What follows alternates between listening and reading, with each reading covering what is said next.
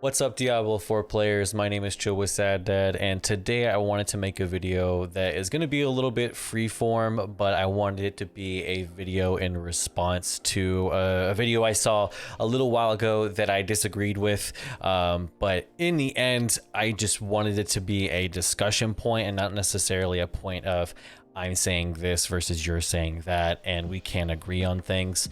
I thought it would be a great idea to include a perspective that isn't really talked about in a lot of these conversations. Just to begin, I personally have very little experience in the ARPG space. I have played games such as Diablo 3 and then Reaper Souls afterwards, mostly on console later on. I played Diablo 3 on release and completed the campaign, but really lost interest after that point and didn't want to play more afterwards.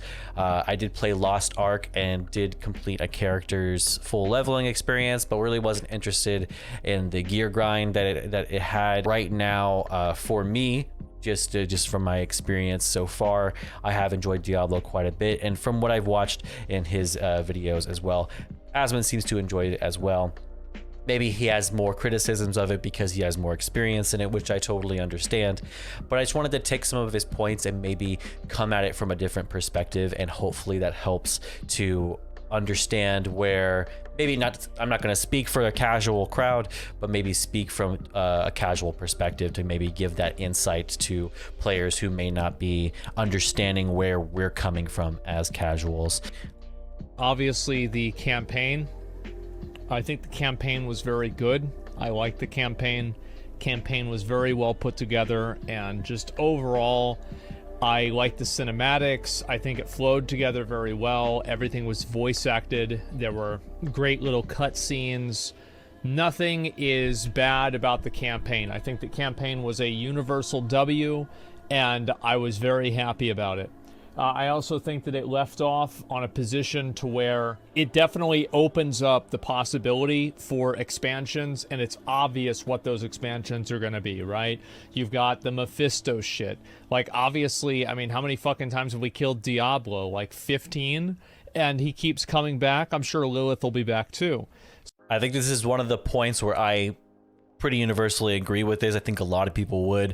I think they left off the game in a great point with the end of the campaign, and I think there's a lot of open end to it, to where we can add some more to it and then it still be good. I don't think that we're completely done with Lilith.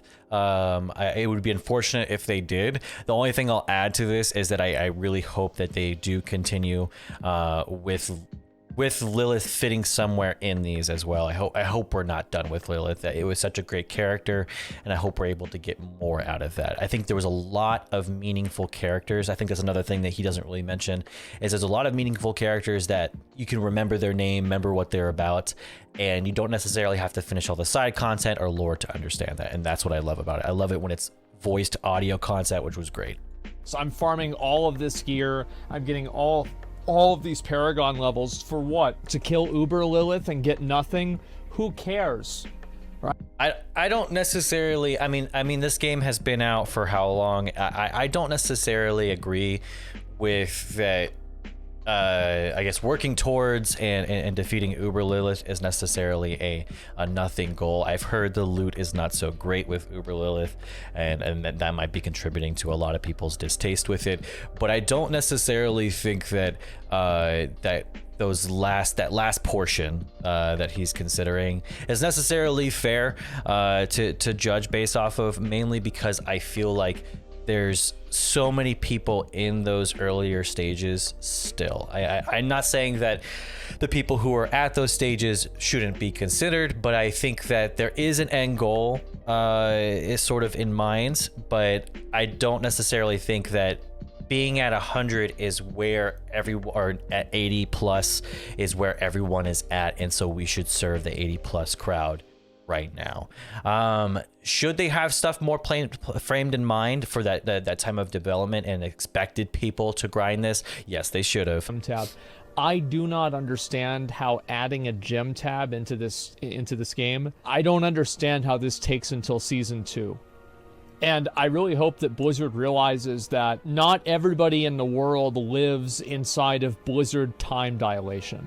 where like changing the spelling on something takes 10 months. So if the game is bad, people are just going to move away from the game, and a lot of times they're not going to come back and play it whenever it's good again. I understand this.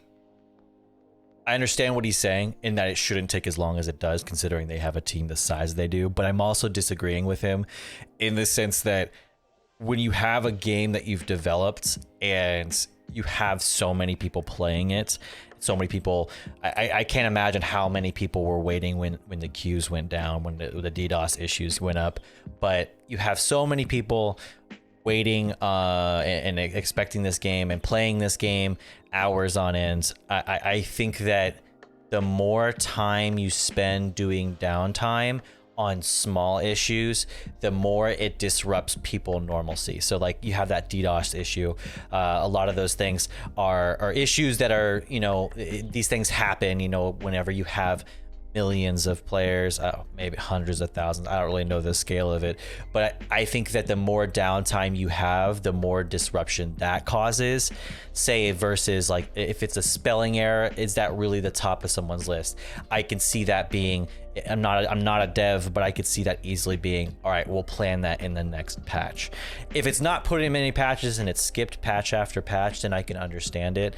But I think things do have to be put to a schedule, because everything in devs' minds is on a schedule. You can't just implement a patch if it's not game disrupting or game breaking. I think their main issue early on was avoiding things that were exploitative, so you didn't have tons of players. I think Asmongold's point a while back was about New World and duping. If they had a same issue of duping, I'm sure that'd be their first priority. So it's like they want to prevent things that are going to make things too easy on the game to where people are just playing, all right, I've maxed my character, I don't have to play this game anymore. So I think that's mainly their priority. I think game breaking bugs, I've personally have had technical issues with the game since I've started. My PC is kind of a medium to low PC, so I understand that probably comes from my end, but honestly, I know that there's a lot of people who've had technical issues. That side of that, I think that would be higher priority for their team to figure that out. But that's just my personal perspective. The experience playing the game and the experience leveling 1 to 50 as a barbarian and a druid is decidedly worse than the other classes. And it's worse for no reason. I will agree with part of this in the sense that I personally think that it's unfair that classes like a necromancer can play through so easily versus barbarian and druid. I have played barbarian a little bit here and there. I played druid the most, and I would say I hit maybe 2 roadblocks in druid where it was like I needed to kind of like regather myself and swap out gear, or maybe resocket things, or just get a few aspects or something like that, or tune my skill tree a little bit better. Barbarian, not so much. On Barbarian, I used a like a max roll guide for the beginning of it, and by the time I was understanding, I was doing a Hammer of the Ancients build, and so it was pretty easy to understand. And it was actually I didn't hit the same roadblocks as I was hitting with my druid, so I would say that kind of comes with experience. As far as it being worse, playing on my characters like my necromancer, it was so much easier playing on. But I'll say at the same time, I played on a rogue character, and I tried 2 different builds that just like the frameworks of builds and trying to work it, and it felt so awful. I stopped playing I think my rogue by like level 20 or 30. It just wasn't fun anymore.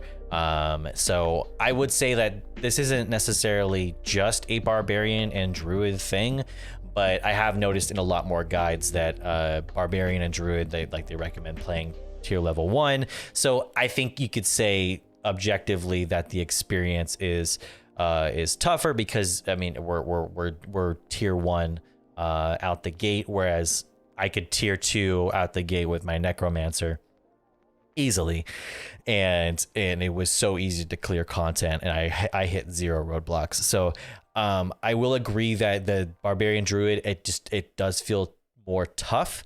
However, I also think that really depends on the class. If you're playing a whirlwind barbarian, like a minimal effort, heavily fury dependent, small AoE builds, and like throughout your leveling experience, and it's great for mob clear. It has a lot of great aspects to it, but you're not necessarily tuning it outside of maybe a max roll build, and you're not really finding sort of that cool groove in the builds. Then some classes just I think do require a little bit more effort put in to work out. I think that there are some great classes that just require an ain't bit more effort. Does it feel good to use your basic abilities? No. So why do they exist?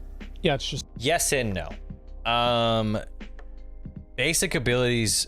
I'm playing a class that is sort of like it's dependent on your basic ability to generate spirit. So I think that this is true in the sense that I don't necessarily use my basic skill to deal damage. Now I will say, as time goes on, it does feel more useful because sometimes it actually can do decent damage. My pulverize is not necessarily my only damage dealer. Even my tramples, as well as the maul, can work really well to have sort of in between damage, as well as when you get attack speed buffs. But I'd say the majority of the builds I've seen that have this kind of build and spend meta to them, you're usually benefiting from those because it changes up the play style, or its secondary effects add or compound onto your main spender. people are still using dungeon resets. They're just doing it in a contrived way. They're doing a workaround for it. And that workaround hurts solo players, and it hurts people that don't want to try and get into a group just to like metagame out some sort of like restriction that Blizzard decided. Not to necessarily say people shouldn't dungeon grind, but I consider it the same as back in the day when I played like Call of Duty Modern Warfare.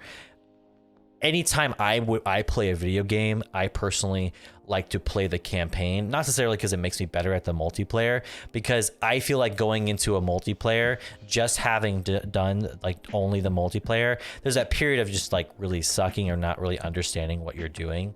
And I think it makes worse players in the long run. And that's the kind of the approach that you're able to take with Lost Ark easily. You're really able to just push through all that stuff or just skip it outright together. And I understand this for alts. Alts, totally fine. I think that like having to do this stuff again shouldn't be necessarily a thing. I think he talks about this later, but like repeating content for renown, I don't necessarily like that. But I also think that your first player and like dungeon grinding shouldn't be available necessarily for a first character. That's just my personal take on it, just because I don't necessarily think that it should be necessary. I don't want to see Blizzard go down the route of making the entire game worse in order to throttle the 0.1% of power gamers. You should let them do what they want to do, and then let everybody else enjoy the game without a bunch of unnecessary restrictions to try to stop those people from playing it more efficiently. Now, I think this kind of minimalizes what serving, I guess, both a casual group and a min-maxer group like really does. I can't say what would happen long term per se, but I think it is discouraging to a casual player base to essentially give the min-maxing group everything to separate themselves from everybody else. I think that does affect the game. I think when you have so much more people who are on a different pace of gaming, maybe the pace of gaming that Diablo has intended for everybody versus what they're doing, it does change things. When you have a small but either loud or influential group who are there doing the highest amounts of content and always steps and steps beyond what you're doing, it is discouraging to the rest of the player base, no matter how small that group might be, to have them always seemingly be able to do more than you, when like the whole concept of like of not having like maybe a pay to win game is that there's a level playing field, maybe versus time is like the big thing. But when there's techniques that they're employing or exploiting or just using repetitively to their own detriment, you know, of just probably not being fun content. But when it's able to affect others and like their enjoyment by going like, there's just tons of players who have the best gear, you know, or the highest level max and have done all the content, and I'm just doing the end game content, and now I'm not going to enjoy myself because I know the best way to do it is the way they did it. How many of you guys join a dungeon in Diablo 4 and you think, oh great, what stupid bullshit am I going to have to do this time? Because that's the way I feel. Yep. I don't think that events and these things are made to stifle players. I don't think that's their intention. I think they're still enjoyable for me. I think it's fun to, like, whenever you click on a healing well and you do need it, and then all of a sudden you spawn this event, or you click on a shrine and it spawns this event. It's cool to me. I think it adds neat elites as well as more loot opportunities and plenty of XP as well. I could see how that becomes less meaningful, but at the same time, I don't think they should be removed, or I think in his case, I think he wants there to be more elites.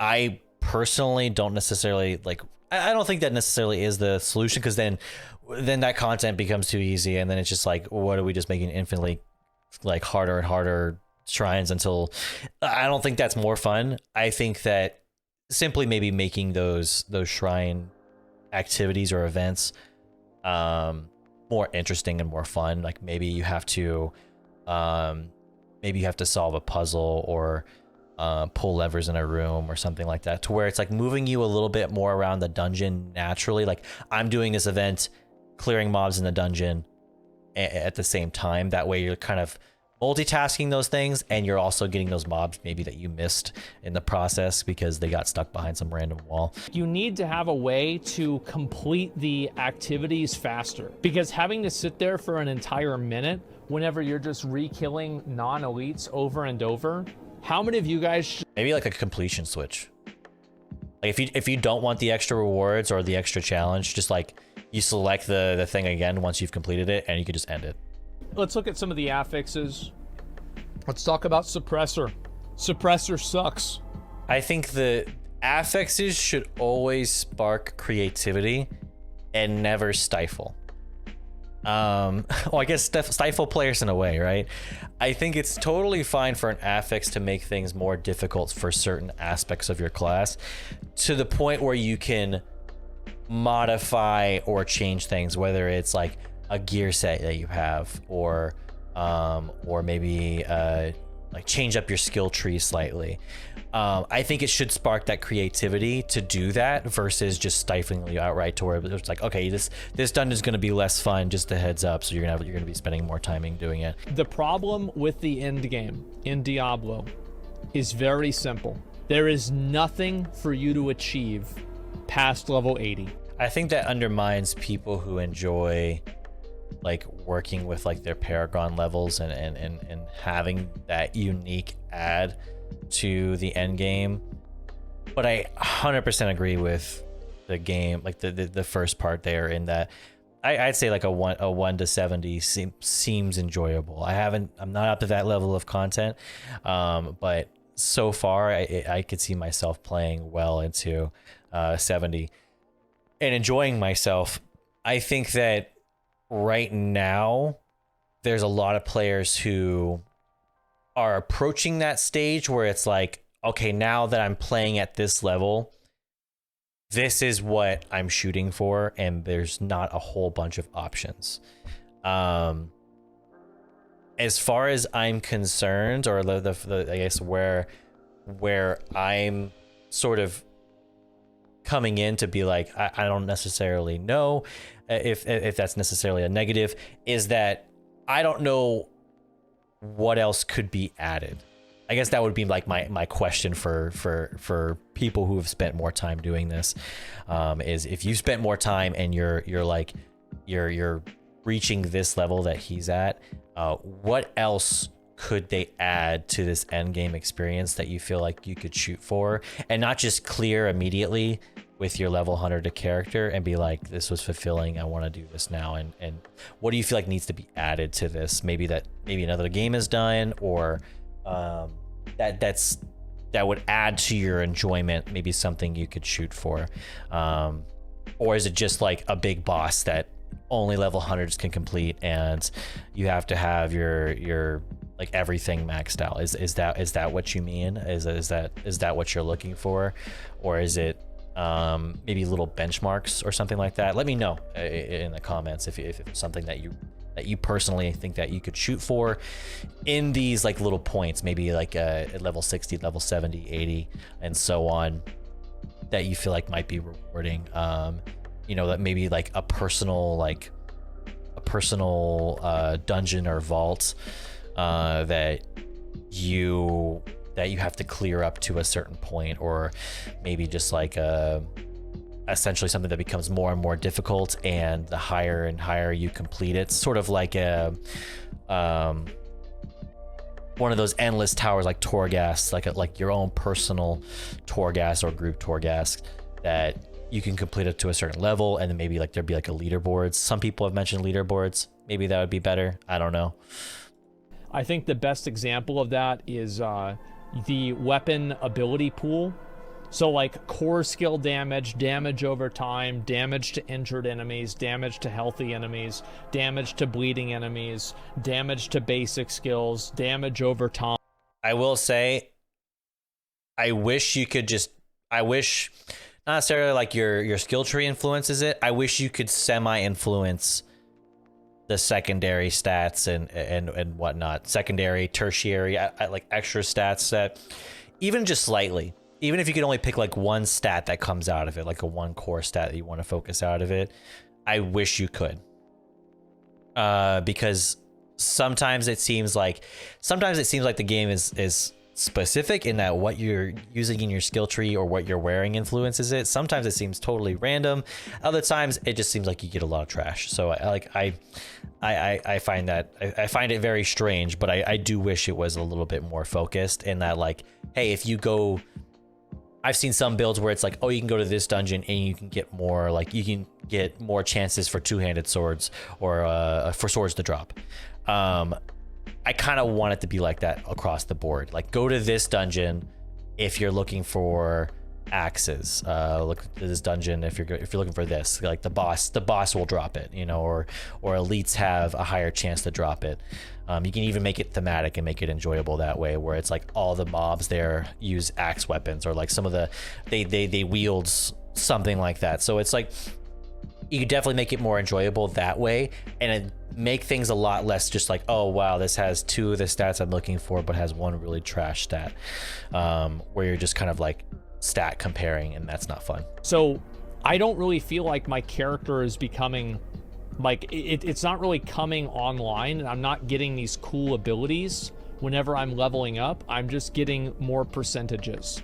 And if you compare, even more so, it doesn't necessarily feel like your character is coming online. It feels like you're making slight adjustments to the left and to the right, and you don't know if you're moving forward or backward, and also left and to the right. You're moving. Also, sellers, it would be nice if sellers were a little bit more worthwhile. Personally, I don't think that there's ever a reason to go and do a seller. I'm going to add to this. I 100% agree with sellers not being great. I mean, even when you're leveling, they don't feel great to do. I mean, it contributes to your renown, right? So it's supposed to be meaningful in that way, I guess. but the gear was never good. I guarantee it's not good now either. Some people have said loot goblins, etc., but I don't necessarily think that that's what the seller should be about. I think that the sellers should provide something because it's interrupting your pathing. Like you're stepping out of your way to do this thing, so it should do something to where it's like it's worth stepping out of your way for it. Whether that's a buff to make your movement speed faster, or maybe to like my personal thing with that I loved in Dark Souls is item find. If you could boost my item find by 1%, I think it'd be nice, where I have like an hour worth of like higher percentage chance of finding a like random legendary, or like I don't know, like a random core stat, you know, like or a specific core stat based off of my skill tree, something to where I have item finds. I'd love that. So like that would make sellers much more worth it. The other thing I was thinking, it's not really practical necessarily in this game, is to make sellers like a merchant stop, or maybe you could find like a rare mob or something like that. So if you play it enough, you will learn to dislike it. And I think that it doesn't really reward players that play it a lot. I disagree with this, mainly because I think it diminishes that there is stuff to reward you when you're playing the content a lot. You have Paragon trees that I haven't even started into. You have insane power, as well as ability to clear content.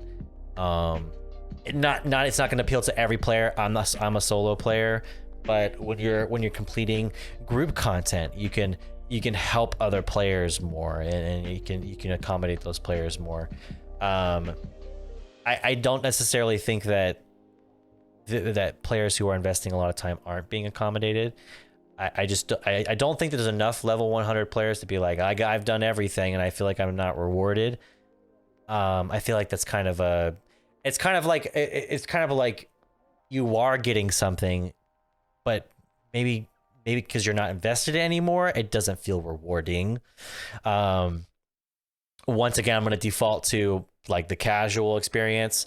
I think right now the focus is getting players to complete the campaign. You're going to have players who at time of season 1, they're going to be 40 to 60. They're going to be people who haven't done the campaign yet, and brand new players. You're going to have the 60 to 80, 80 to 100 players. I think it's just as easy to make content for those groups of people in season 1. That way people have something. That way they can move up to the next tier, right? Like as a new player, now I have the campaign complete because of season 1. It encouraged me to play the game again. Same thing with those 80 to 100 players that are just like Asmon, who may be kind of falling off and not interested in reaching 100, or just stopping because they're like, all right, I've kind of reached the end here. I'll play again once season 1 comes around. I think that different people are invested by different things. I think that the way that Diablo 4 seems to be playing out from a casual perspective is that they want players to be, of course, invested, but it seems like they want you to play your enough to where you're achieving like your benchmarks, and then just putting the game down and then playing it again maybe tomorrow or the next day. I really don't think Diablo 4 is a game that you should play every single day, and I think that's fine. I think that no matter what, you're getting your money's worth, right? Because you're investing enough of time. But to be like, this should have enough content to where I can play this hours on end and it feels fulfilling every single day, all the time, it's still a bit much, even for a game, a game like Diablo. I would say give it time, but I know that's like that's a bit tough to take from a company like Blizzard. I would say personally, I think where I mainly disagree with Asmon is those things of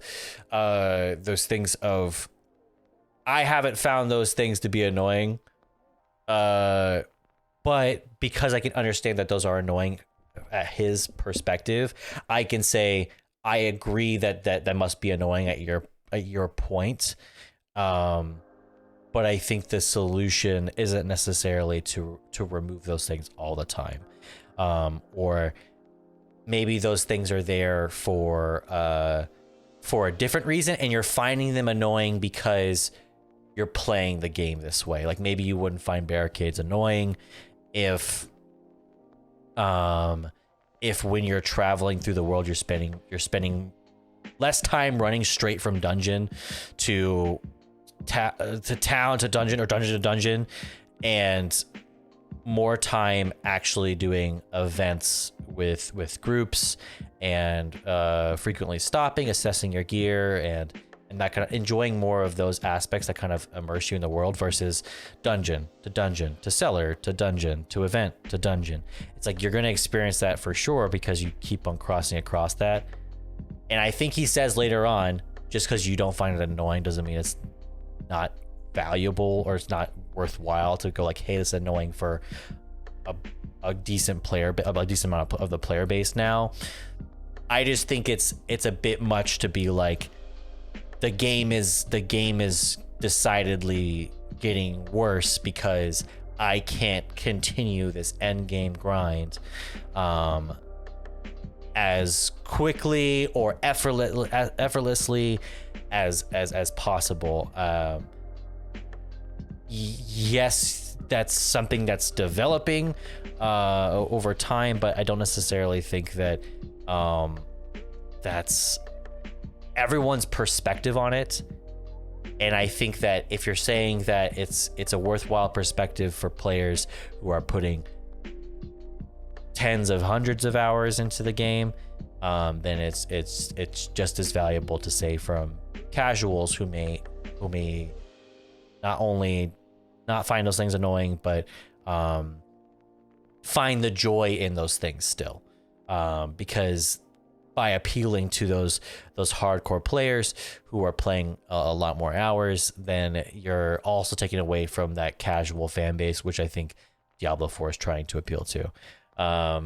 This kind of goes back to the point where I said that you shouldn't necessarily always appeal to all of the groups all of the time. I think that you can appeal to some of the groups some of the time, and then the aspects that are maybe affecting the more hardcore players, maybe modifying how it works for them so it's more enjoyable. It's a lot better than just saying, all right, delete this from the game. Except for pathing. Pathing I can't stand, and it's not great with mounts or trample, and I'm sure a lot of other players with mobility as well. So with that being said, that's basically all I got. There's a lot more content in this video, so if he covers anything that I didn't mention, I try to cover basically the majority of things. Most of the things he finds annoying, I'll say that I agree with. Like, I get that could be annoying. Drop rates being bad, and like the whole thing with events, the barricades in the worlds. I get that.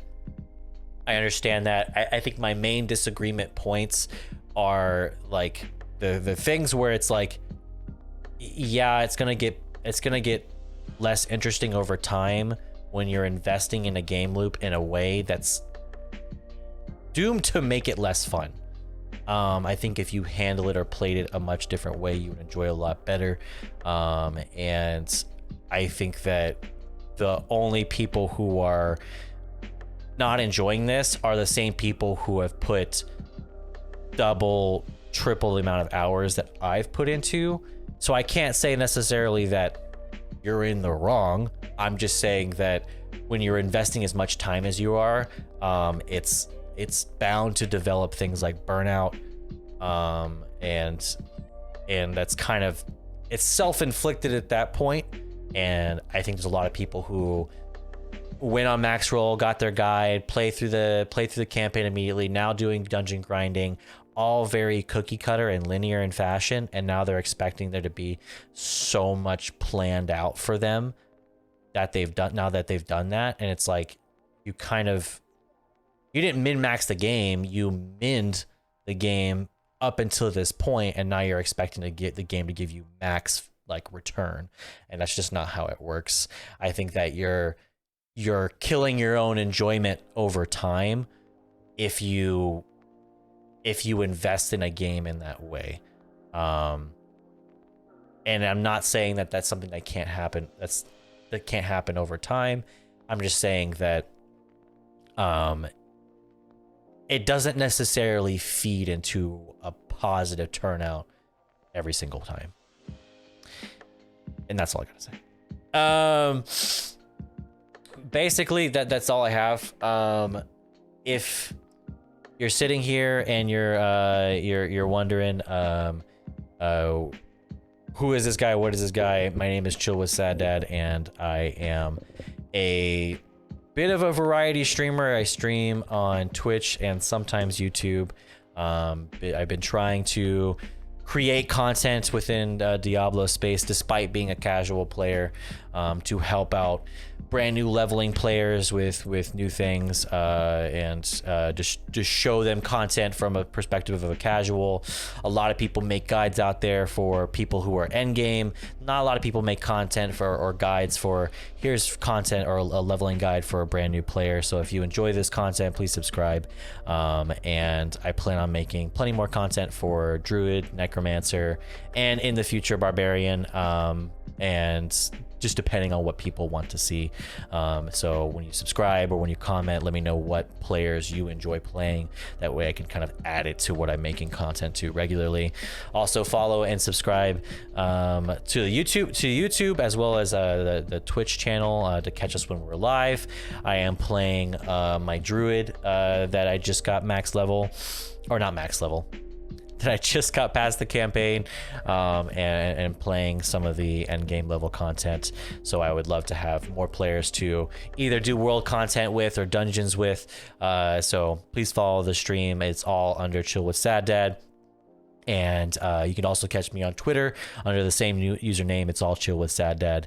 And I also have a anime podcast that I do regularly. It's called Kokoro Beat Podcast, and we do anime episodes on the romance genre. So I usually watch anime in the shonen genre, but we've been doing romance anime for quite some time. It's a fun topic to talk about. So if you're an anime fan, then follow the page, and I promise you'll get a lot of anime content coming your way as well.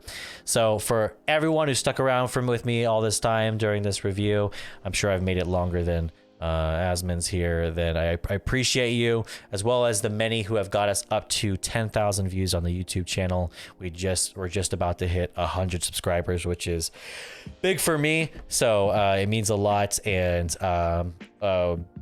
thank you all for just bearing with me as I create more content in this space. I feel like a total noob in this space, but it is really enjoyable to have a lot of people who are also new in the space join, and as well just to have a lot of players who share a lot of the sentiment. So with that, that's all I got. Have a good day. Thank you to Asmon for making this review. It's a fantastic review of the game overall, and I hope that many people continue to enjoy this game in the future. Peace.